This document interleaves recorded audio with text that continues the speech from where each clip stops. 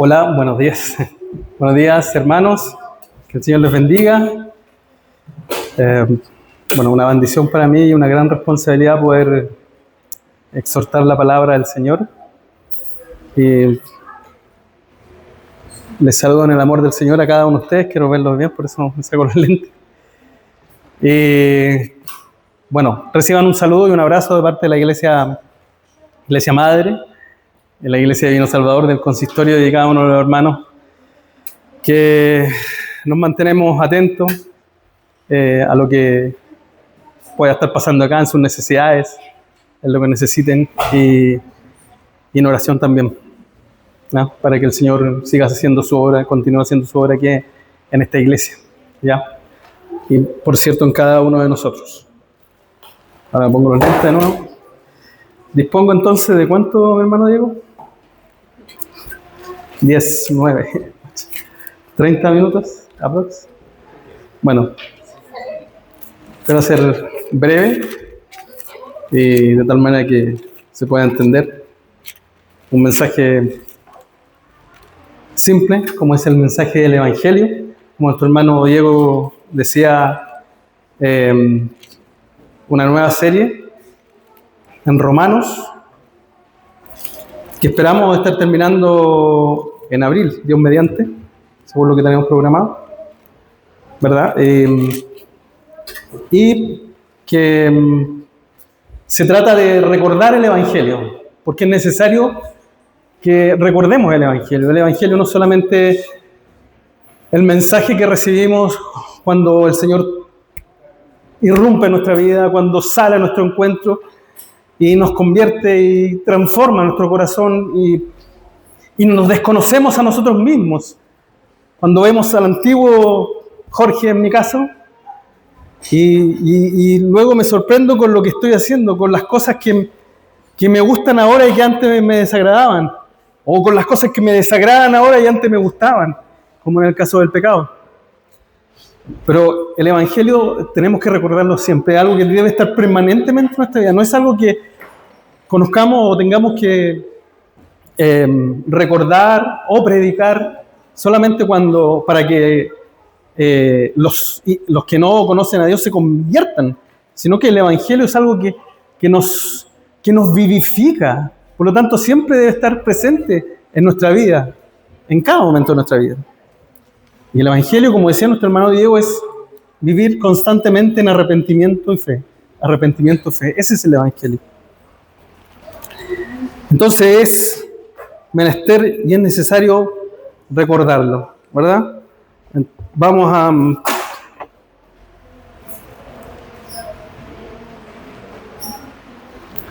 Yo solo...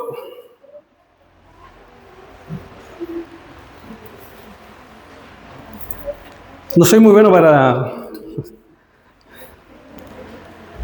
las metáforas o las ilustraciones, por lo tanto voy a acudir a la historia. No sé si conocen la historia del pastor John Harper, yo creo que muchos la conocen. ¿Sí? ¿Quién más la conoce? Diego dice, asintió. ¿Sí? Ahora si les digo Titanic. ¿Sí? Por ahí a lo mejor alguien recuerda la historia del pastor John Harper. Creo que lo estoy pronunciando bien. Bien, se las cuento un poco.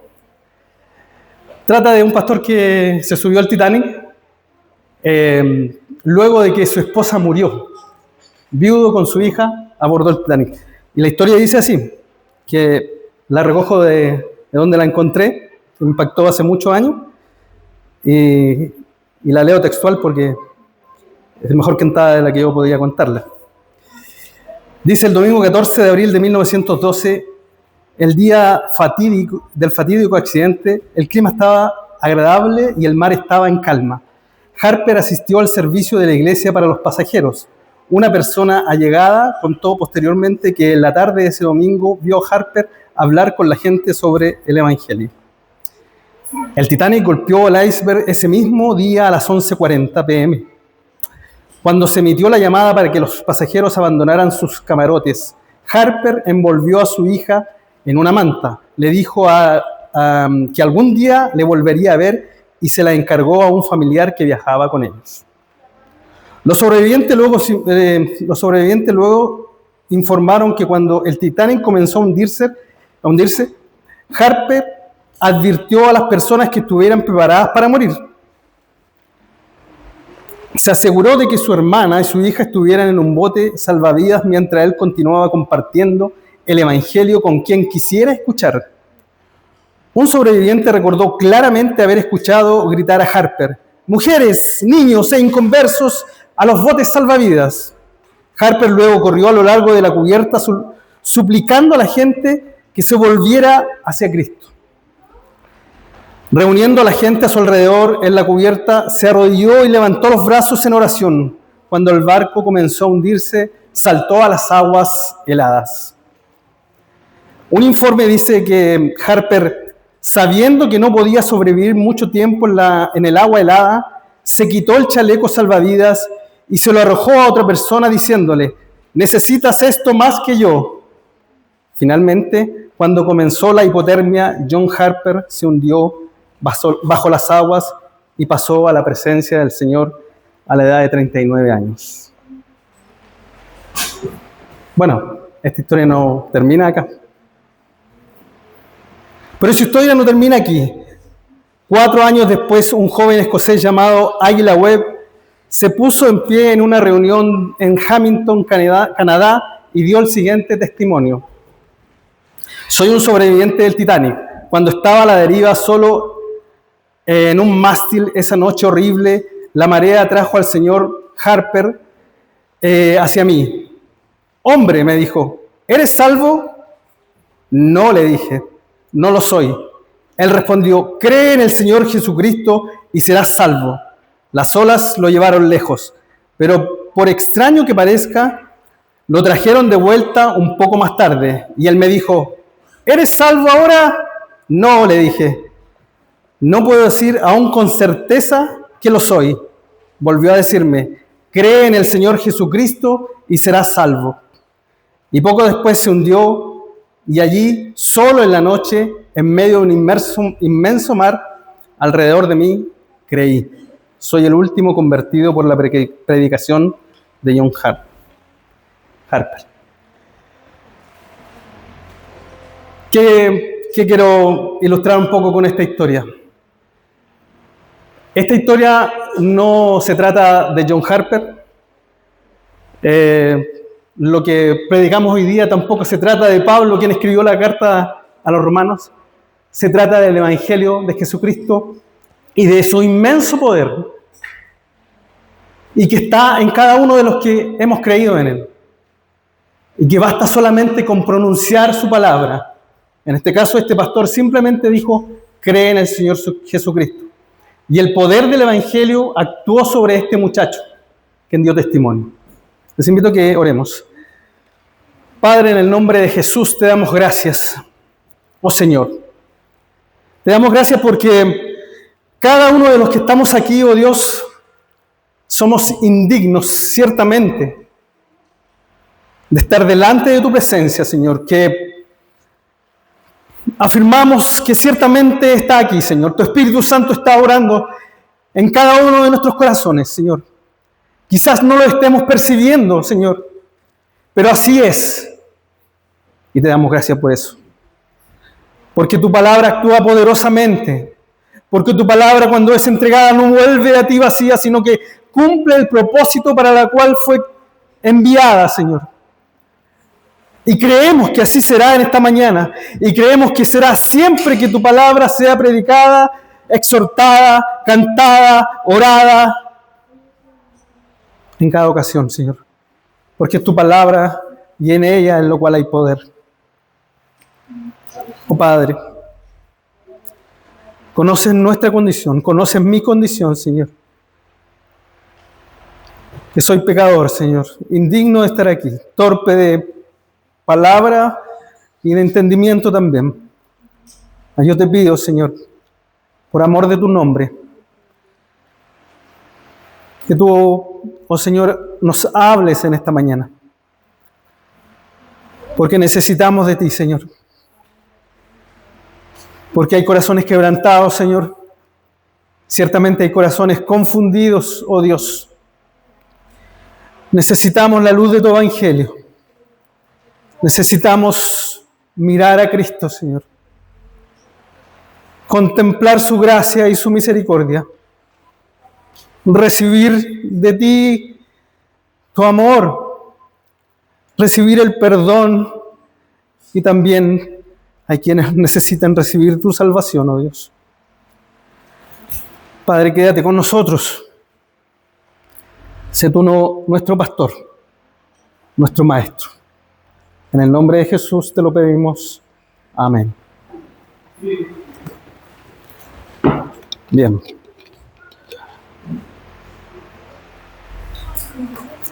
Mi hermano Diego me decía, cuando llegué, ¿cómo estás? A la predicación yo le dije, no sé, más o menos. Y es cierto que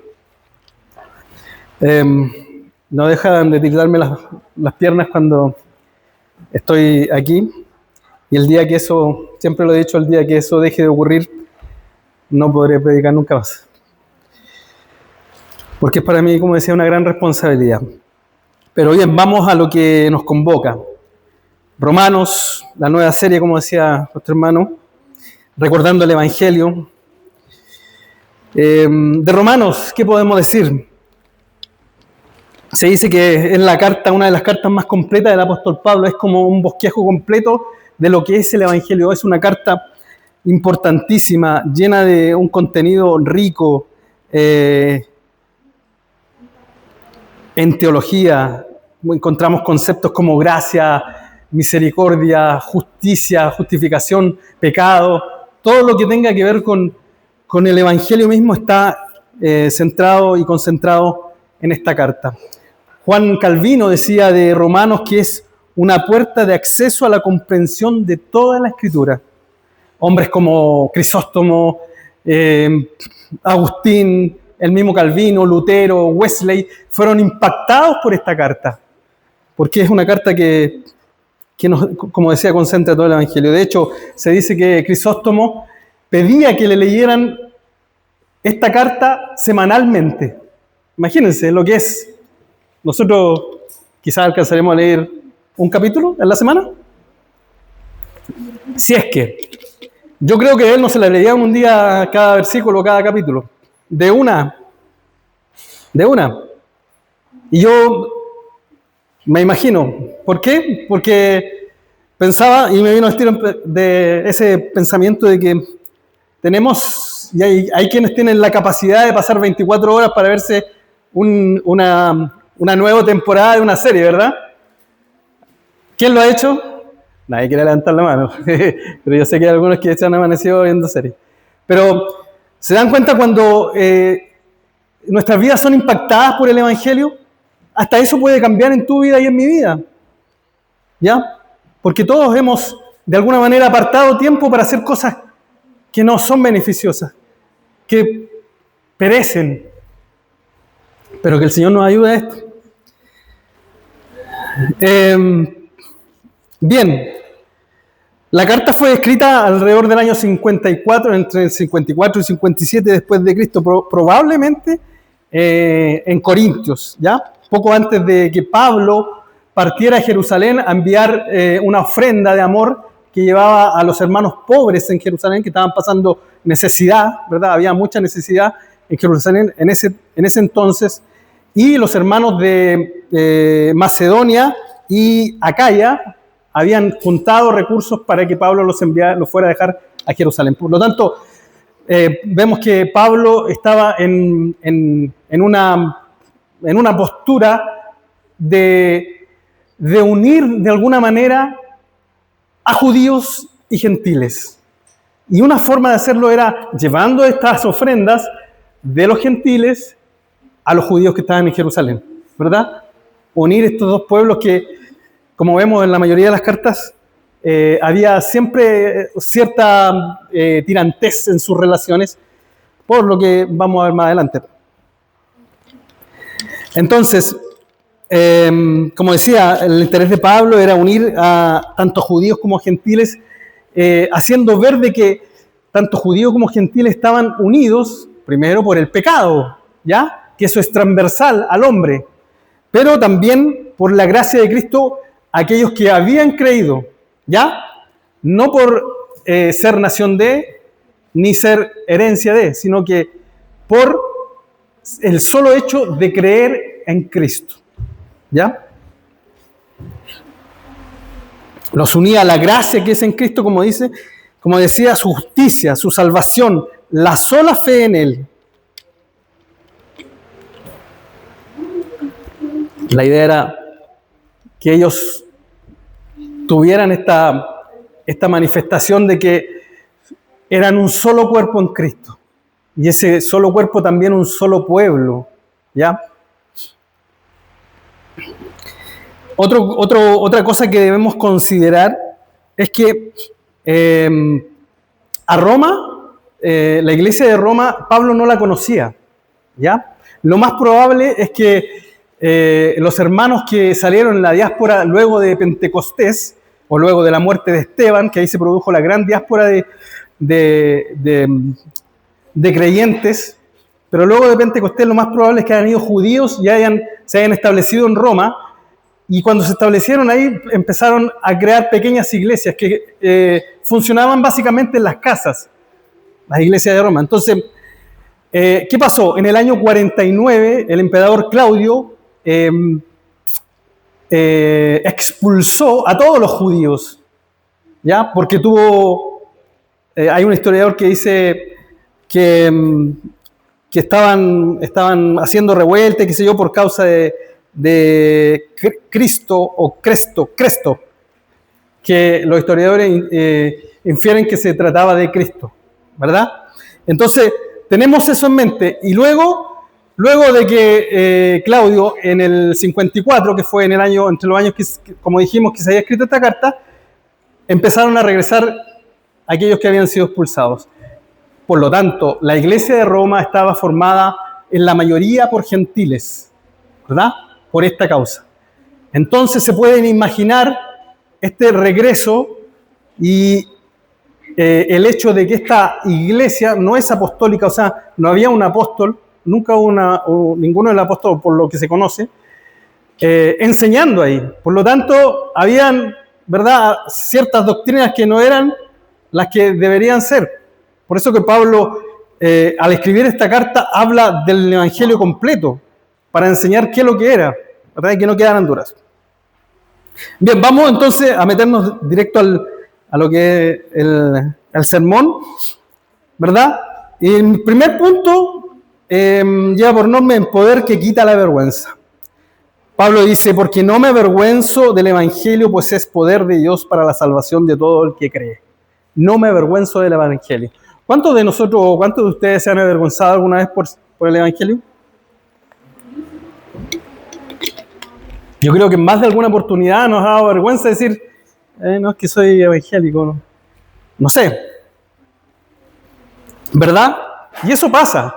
Yo antes de ser cristiano decía, no, meterme en una iglesia, que me vean mis amigos y todo eso, ¿verdad? Porque es algo que la gente, la verdad, cuando no conocemos de las bondades del evangelio, damos la espalda o no queremos reconocer. Entonces, ¿qué nos revela el contexto en el que hablamos este pasaje?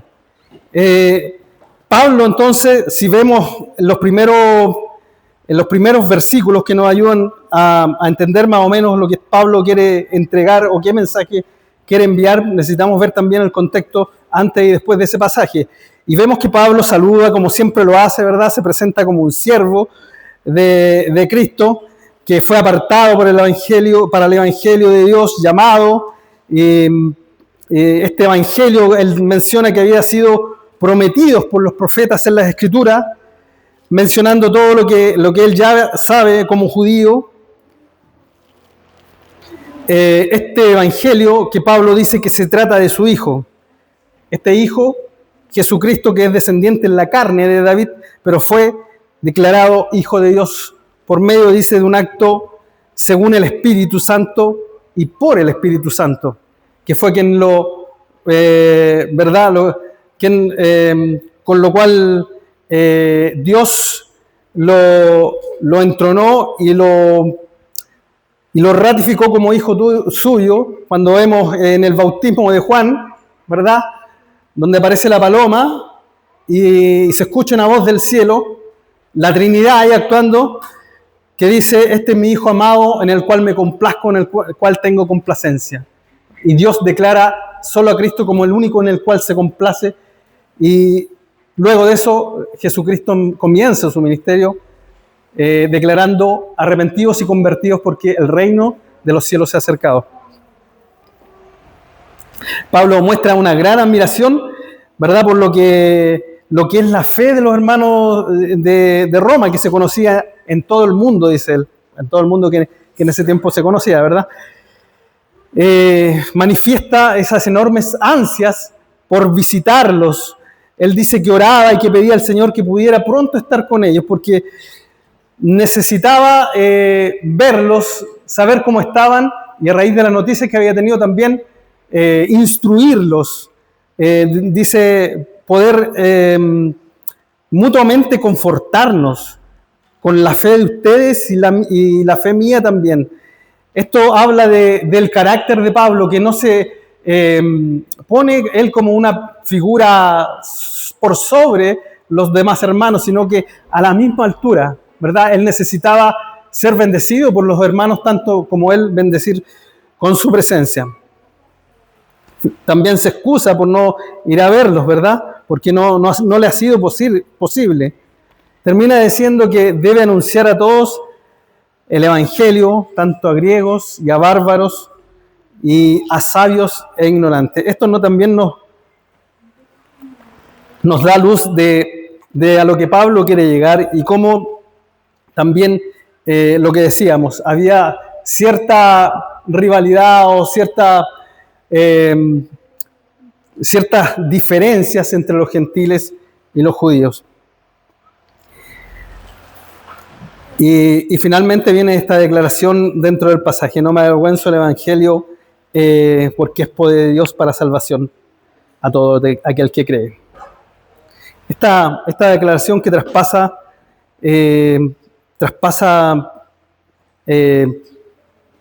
toda nuestra incredulidad, todo el conocimiento propio y previo que podamos tener. El poder del Evangelio es el que transforma la vida, ¿ya?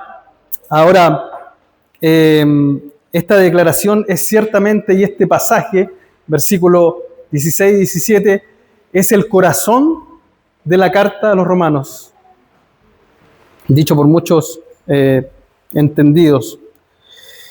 Ahora, ¿por qué Pablo comienza diciendo no me avergüenzo del Evangelio? O más bien también podríamos decirlo como un énfasis en decir todo lo contrario: estoy orgulloso del Evangelio. Porque es poder de Dios para salvación. Y no otra cosa. Eso es el Evangelio. Simplemente, como decía, este mensaje es simple pero poderoso.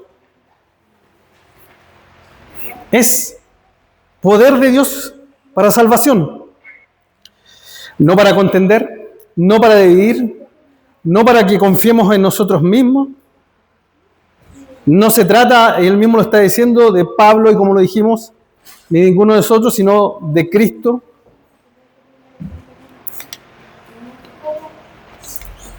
Pero vemos también, y en esto tenemos que tener presente, que desde el versículo 18, Pablo, si lo pueden seguir en sus Biblias, se lo invito a leer, habla fuertemente de la ira de Dios y del pecado del hombre y su depravación. Capítulo 2, capítulo 3, es algo que nos destroza, y destroza todo lo que nosotros podamos poner como justificación por nuestros pecados, o cuando nos queremos justificar a nosotros mismos.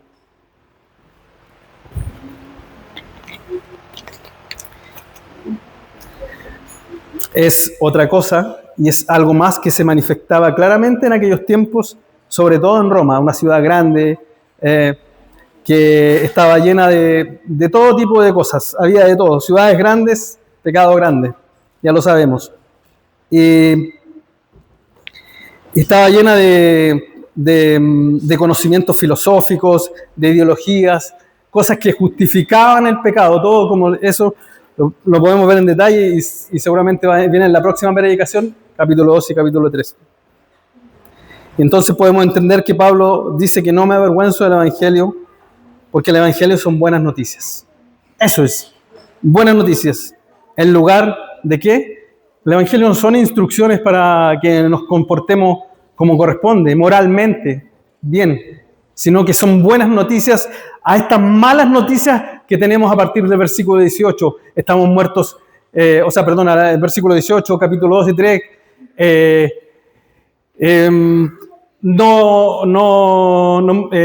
Estamos muertos en delitos y pecados, ¿verdad? Por cuantos todos pecamos, estamos destituidos de la gloria de Dios. No tenemos excusa delante del Señor para no creer, porque Él manifiesta su poder mediante las cosas hechas, dice Pablo, ¿verdad? Como dice el Salmo 19, los cielos cuentan la gloria de Dios y el firmamento anuncia la obra de sus manos. Por lo tanto, nadie puede quedar ajeno a decir Dios está y existe. Y su poder actúa, independiente de lo que esté pasando. En el contexto en que hoy vivimos, ¿verdad? Todos estamos enterados de lo que está pasando en Venezuela. Y hay mucha gente que está sufriendo, pero Dios está en el control de eso. Amén. Así es. Dios está en control. Y siempre lo ha estado. Él nunca ha perdido el control. Nosotros somos los que perdemos el control y nos desesperamos. Ciertamente. Sabemos que el término griego para evangelio, evangelius, distingue ese mensaje cristiano de otras religiones, ¿verdad?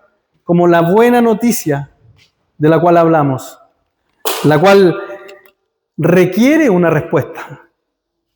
Nuevamente, arrepentimiento y fe. El mensaje, la noticia del Evangelio requiere una respuesta de parte de quien la recibe. ¿No es así? Arrepentimiento y fe. El término evangelio se utilizaba, ¿verdad?, como un término que servía para describir alguna victoria en la guerra o la ascensión de un nuevo rey al trono. Por lo tanto, es una manifestación de alegría, de gozo también y de, como decía, recibir esa noticia, pero también a raíz de eso tener una respuesta. En este caso, como dijimos, cuando se recibe el Evangelio, nuestra respuesta debe ser de arrepentimiento y fe. Un arrepentimiento y una fe que viene del Señor.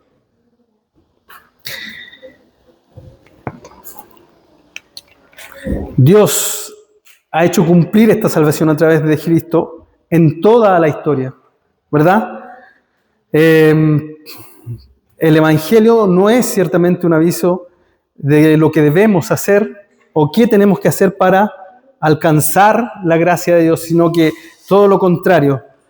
Ganamos esta salvación no por lo que hacemos, sino por lo que Cristo hizo en la cruz del Calvario y en lo cual nosotros hemos creído. Ese es el verdadero Evangelio. Por lo tanto, el no me avergüenzo del Evangelio tiene que ver con lo que el pecado ha provocado en el ser humano. Desde Adán hasta nuestros días. ¿Qué pasó cuando Adán y Eva pecaron, verdad? Tuvieron un gran temor. Y ese temor también encierra vergüenza, ¿verdad? ¿O acaso no nos avergonzamos? Nuestro hermano Diego decía recién, a veces nos da, no queremos reconocer nuestro pecado delante de nuestro hermano, porque nos avergüenza. El pecado nos avergüenza. Recuerden que ellos vieron y se dieron cuenta que estaban desnudos y se cubrieron con hojas Porque había vergüenza. La vergüenza de haber traicionado a Dios, de haber faltado a lo que Dios les había mandado, les había ordenado. Ahora, ¿qué significado tiene para nosotros vergüenza? Hay tres significados que me llaman la atención. Dice, turbación del ánimo ocasionada por la conciencia de alguna falta cometida o por alguna acción deshonesta y humillante. El Evangelio de Salvación quita la maldición del pecado que está sobre nosotros, que está sobre ti. Quita esa vergüenza, te da una limpia conciencia, un ánimo pronto para seguir adelante. Esa vergüenza que está en nosotros, provocada por el pecado, es el Evangelio el que la quita. Porque no depende de ti, no se trata de ti, sino de lo que Cristo hizo. En eso confiamos. Te da un lugar de privilegio con Jesús. El mensaje del Evangelio promete no solamente salvación y no solamente vida abundante, como lo dijo Jesús, sino que vida eterna. Y Jesús dijo, voy pues a preparar lugar para vosotros. Hay un lugar de privilegio para nosotros. Quizás en este mundo no te sientas privilegiado por muchas cosas, pero siéntete y convéncete de que eres un privilegiado porque la gracia de Dios está en ti y actúa siempre día a día en ti. Segunda de Corintios 5:17 dice, de modo que si alguno está en Cristo, nueva criatura es. Las cosas viejas pasaron, y aquí todas son hechas nuevas. Y aquí algunas son hechas nuevas, las buenas, las no tan buenas, todas son hechas nuevas. Así que si tú estás en Cristo, todas las cosas son hechas nuevas. Otro significado para vergüenza, turbación del ánimo, causada por timidez o encogimiento y que frecuentemente supone un freno para actuar o expresarse. ¿Cuántas veces la vergüenza, el temor nos hace, no, es que no puedo predicar porque... Véanme a mí, ¿tengo algo especial? Ninguno de los que estamos aquí es más que otro. Todos podemos exhortar la palabra. El Evangelio, el creer el Evangelio, el abrazar el Evangelio, el poder del Evangelio nos quita el temor a proclamar esa verdad que hemos creído. O sea, si ciertamente la creemos, tenemos que expresarla. ¿Cuántas cosas que vivimos, experiencias que nos marcan en nuestra vida, como por ejemplo nuestro primer amor, ¿verdad? Hablamos de nuestro novio o nuestra novia cuando lo conocemos y queremos presentarlo y llevarlo a la casa y sentarlo en la mesa y que todos lo conozcan o la conozcan, ¿verdad? ¿Cuánto más cuando conocemos el Evangelio eterno de Jesucristo? Debiéramos proclamarlo y presentarlo a todos, porque el Evangelio es para todos. Josué 1:9, mira que te mando que te esfuerces y seas valiente, no temas ni desmayes porque Jehová tu Dios estará contigo donde quiera que vayas. Versículo, pero lema de campamento, y todo. Pero que lo traemos por esto. Y finalmente, otro significado de vergüenza, estimación de la propia honra y dignidad. El Evangelio no se trata, como ya hemos repetido varias veces, de nosotros. No se trata de nuestra honra, de nuestra dignidad o de lo que seamos.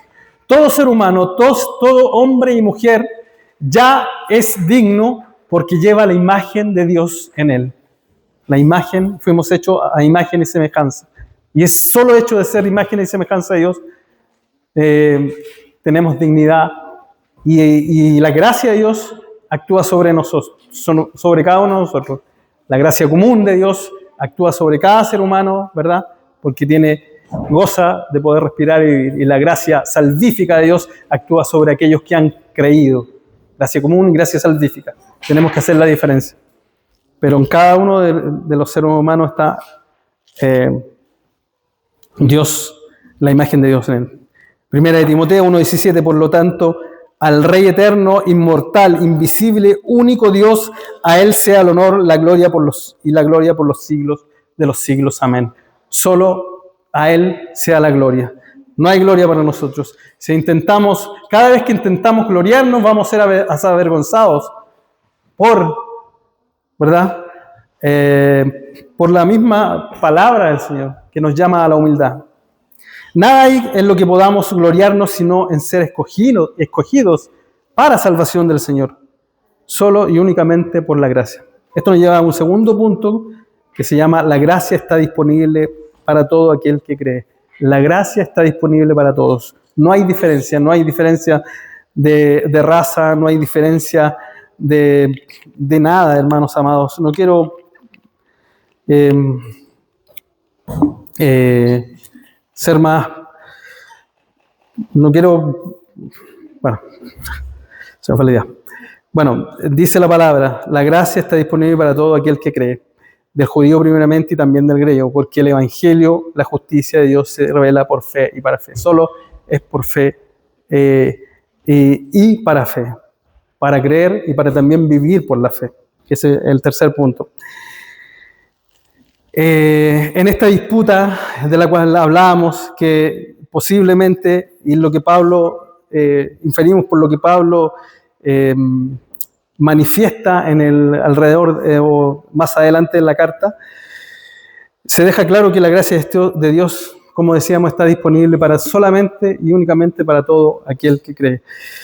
Y también reconoce que fue manifestada primeramente a los judíos, por ser el pueblo escogido de Dios, ¿verdad? Desde que Él los llamó, dando la promesa a Abraham. Pero también ahora se había manifestado a los gentiles. Porque ya, como dijimos, no consiste en quién eres, de dónde vienes o qué raza seas, sino en la misericordia de Dios, que es el don de la fe. Efesios 2, 8, 9 dice que por gracia somos salvos por medio de la fe, y esto no es de nosotros, pues es un don de Dios. La fe es un don de Dios. No viene de nosotros, no es que nosotros tengamos fe para creer, si es que Dios pone fe en nosotros para que creamos en el Evangelio, para que miremos a Cristo, para que por medio de la predicación de la palabra nuestros corazones sean quebrantados, para que haya sensibilidad en nosotros para recibir su palabra y reaccionar en fe y arrepentimiento.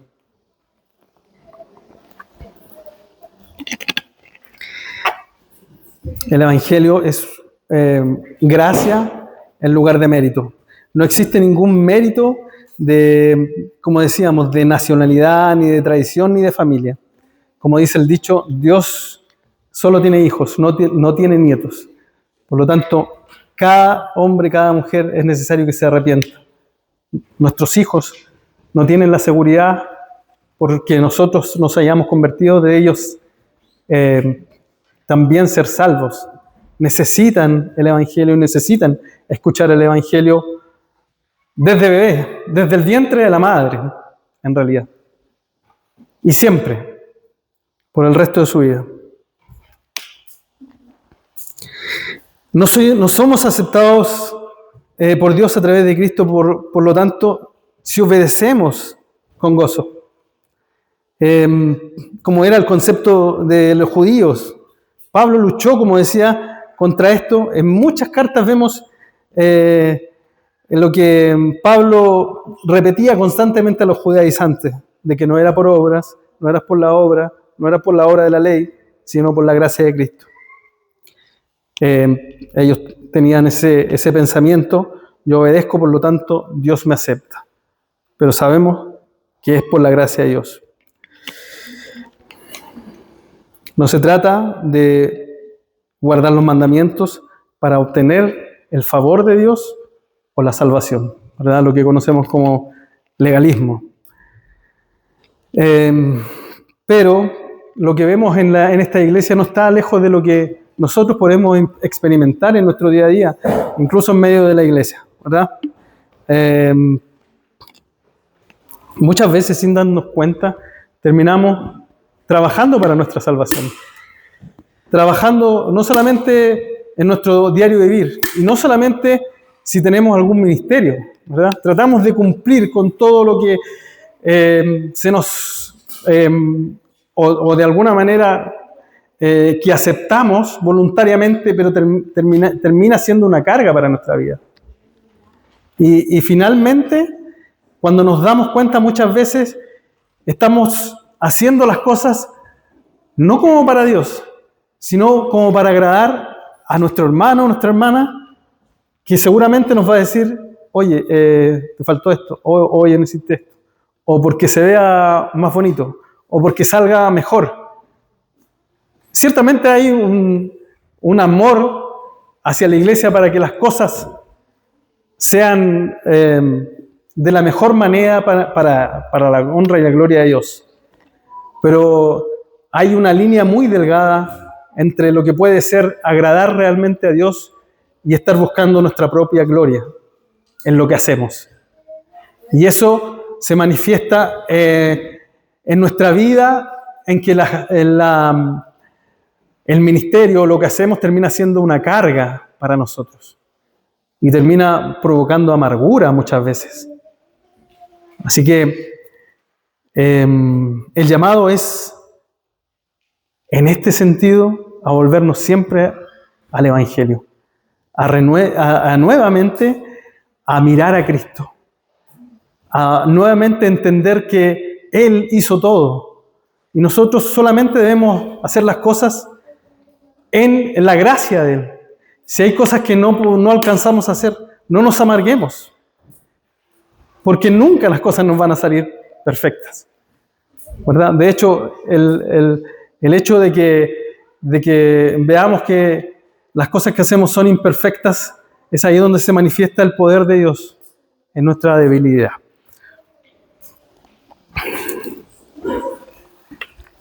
No debemos vivir nuestra vida como si sumáramos puntos para con Dios o delante de Dios para su favor. Como decía, podemos terminar siendo, en vez de mirarlo a Él como Señor, terminamos siendo nosotros nuestros propios señores y nuestros propios dioses, ¿verdad? Finalmente, confiando en nosotros mismos. En este sentido, el confiar en nosotros mismos es a la vez incredulidad, porque pasamos a creer en nosotros y no en Cristo, no en su sacrificio, no en lo que Él hizo. Y esto nos aparta de Dios.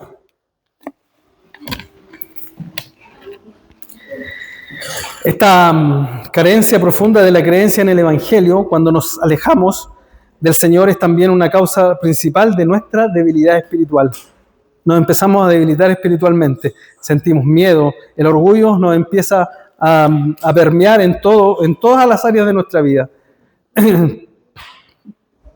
Porque nuestros corazones empiezan a actuar en base en que yo estoy obedeciendo y voy a ser aceptado por Dios, como vimos. Pero en la práctica, ¿qué estamos haciendo? Por ejemplo, si estamos fallando en perdonar a otro hermano, eso no es no obedecer a nuestro Dios. Si hemos tenido algún encuentro o un desencuentro, mejor dicho, con algún hermano y aún no lo hemos perdonado, ¿acaso eso no es desobediencia a Dios? ¿Ah? ¿Eso no es creer en que Cristo me rescató y me perdonó? ¿Ah? Eso también es incredulidad, es falta de fe. Porque así como nos dice la palabra, o el Padre Nuestro, ¿verdad? Así como tú nos perdonaste, o perdónanos así como también nosotros perdonamos. ¿Y de qué manera podríamos citar el Padre Nuestro si no hemos perdonado a nuestro hermano?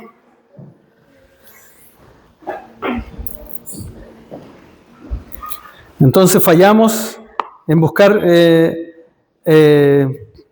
nuestra propia aceptación. Y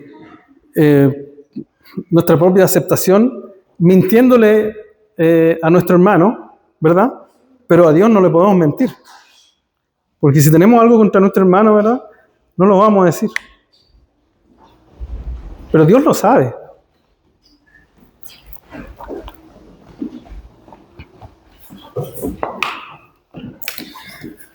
No somos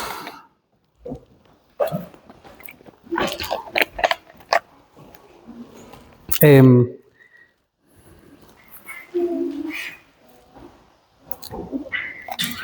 bueno, de esta manera lo que intentamos ser o no ser es que no somos salvados por creer en el Evangelio. Y tampoco crecemos en el Evangelio, en ello. Cuando no creemos en que somos salvados por el Evangelio y solamente por creer en él, tampoco podemos crecer en el Evangelio. Y como decía, somos debilitados en la fe y en todos los principios bíblicos. Entonces, el Evangelio no es solo el camino para conocer a Dios, sino también para crecer en Dios o en Cristo. Eso nos lleva a nuestro último punto que dice, caminando en fe hacia la eternidad. Como está escrito, el justo por la fe vivirá. Finalmente, el apóstol Pablo cita al profeta Habacuc como para terminar diciendo los que hemos sido justificados, solo podemos vivir por la fe. Aquellos que hemos sido justificados, hermanos amados, solo podemos y únicamente podemos vivir por la fe. No hay otra forma de caminar en el Evangelio si no es por la fe. Los que hemos sido regenerados por la fe, podemos vivir por la fe, como Pablo decía, cuando soy débil, soy fuerte. Segunda de Corintios 12:9 dice, y me ha dicho, bástate mi gracia porque mi poder se perfecciona en la debilidad. Por tanto, de buena gana me gloriaré más bien en mis debilidades para que repose sobre mí el poder de Cristo. Pablo se gloriaba en sus debilidades porque ahí era cuando se hacía fuerte. Ahí era cuando reposaba la fe en Cristo. Cuando somos humildes, ¿verdad?, ante el Señor, encontramos gracia en Él, ¿verdad? Y nuestra humildad tiene que ver con reconocer nuestra debilidad delante del Señor. El Evangelio, o el poder del Evangelio, cambia al débil en fuerte. No por nuestra fortaleza, sino por la debilidad, o por la fortaleza y por el poder del Evangelio nuevamente. Cristo ganó nuestra salvación a través de perder. Ante el mundo es una pérdida lo que pasó en la cruz, ¿verdad? Él fue vapuleado, fue vejado, fue condenado, fue clavado en una cruz, su sangre fue derramada, ¿verdad? ¿Por qué? Para entregarlo todo a nosotros, para que nosotros tuviéramos el privilegio de ser reconocidos como hijos de Dios y tener el privilegio de la vida eterna. Todos aquellos que reciben la salvación del Señor no son fuertes ni perfectos. Ciertamente no lo somos, ¿verdad? Sino que somos aquellos que por la gracia de Dios podemos reconocer nuestro pecado porque somos confrontados con su palabra y vemos nuestra miseria, la miseria interna de nuestro pecado. Y respondemos con arrepentimiento y fe. Como decía, Dios resiste al soberbio y da gracia al humilde. Pero la humildad se refleja en una vida de fe, de arrepentimiento y fe. Mateo 5, 14 al 16 dice, vosotros sois la luz del mundo, una ciudad asentada sobre el monte, no se puede esconder ni se enciende una luz y se pone debajo del almud, sino sobre el candelero, y alumbra a todos los que están en casa. Así alumbre vuestra luz delante de los hombres, para que vean vuestras buenas obras y glorifiquen a vuestro Padre que está en los cielos. El Evangelio debe ser mostrado. El Evangelio no se puede esconder. Nuestra vida no se puede esconder. No nos podemos esconder en nada. Como dice Pablo, debemos ser cartas abiertas. Somos pecadores, como cualquiera, pero hemos sido redimidos por la sangre de Cristo. El poder del Evangelio actúa en nosotros. Aquel poder que vive por la fe es el poder del Evangelio. Y hace de cada una de nosotros personas diferentes, ¿ya? En los cuales hay valores completamente a los que este mundo puede mostrar, como son el reconocimiento, la posición o la riqueza, ¿verdad? Cuando entendemos que podemos ser salvos por pura gracia en Cristo, paramos de buscar la salvación en aquellas cosas, como nuestros títulos, nuestro dinero y muchas otras cosas. La muerte en la cruz, la gracia de Dios, por tanto, nos libera de la esclavitud del poder de las cosas materiales y de una vida mundana, de una posición en nuestras vidas. Como decía Habacuc en el capítulo 2, versículo 3, aunque la visión tarda aún por un tiempo, más se apresura hacia el fin y no mentirá, aunque tardare, espéralo, porque sin duda vendrá, no tardará. He aquí aquel cuya alma no es recta, se enorgullece, mas el justo por su fe vivirá. El que no espera en el Señor ciertamente se enorgullece. Ciertamente lo que Habacuc dice es lo que su pueblo esperaba. Aún no se había manifestado el Señor Jesucristo para ellos, pero aún así ellos esperaban. Nuestro privilegio es que sabemos y conocemos la Escritura, el Antiguo y Nuevo Testamento, que aquel que había de manifestarse ya se manifestó. Y por eso es Jesús el que sostiene nuestra vida, sostiene su creación, y a través de Cristo Dios establecerá su reino. Ya lo ha establecido, como dijimos. Cristo dijo: arrepentidos porque el reino de los cielos se ha acercado. Pero ese reino será consumado el día que Jesucristo vuelva por su iglesia. Arrepentidos y convertidos, el reino de los cielos se ha acercado. Hermanos amados, que el Señor les bendiga, que el Señor nos ayude a entender que no depende de nosotros, que el Evangelio de Cristo es poder de Dios para salvación, que el Espíritu Santo, que